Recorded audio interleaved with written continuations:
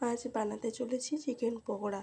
প্রথমে নিয়ে নিয়েছি চিকেন, আর নিয়েছি একটা ডিম, আর নিয়েছি পেঁয়াজ কুচানো, লঙ্কা কুচানো, আদা রসুনের পেস্ট, গোলমরিচ গুঁড়ো, আর গরম মশলার গুঁড়ো, হলুদ গুঁড়ো, লঙ্কা গুঁড়ো, লবণ, আর নিয়েছি কর্নফ্লাওয়ার, বেসন নিয়ে আমি এবার ভালো করে মাখিয়ে নেব।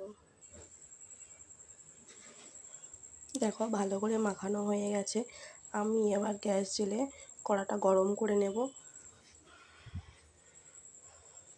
কড়া ভালো করে গরম হয়ে গেছে, আমি এবার সাদা তেল দিয়ে দেব। তেল ভালো করে গরম হয়ে গেছে, আমি এবার এক এক করে দিতে থাকবো।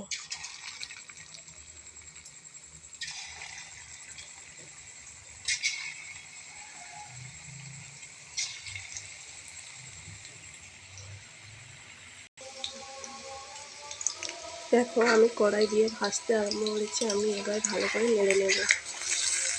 লো ফ্লেমে ভাজতে হবে ভালো করে, নাহলে যদি জোরে ভাজা যায় তাহলে হবে না ভিতরে মাংসগুলো।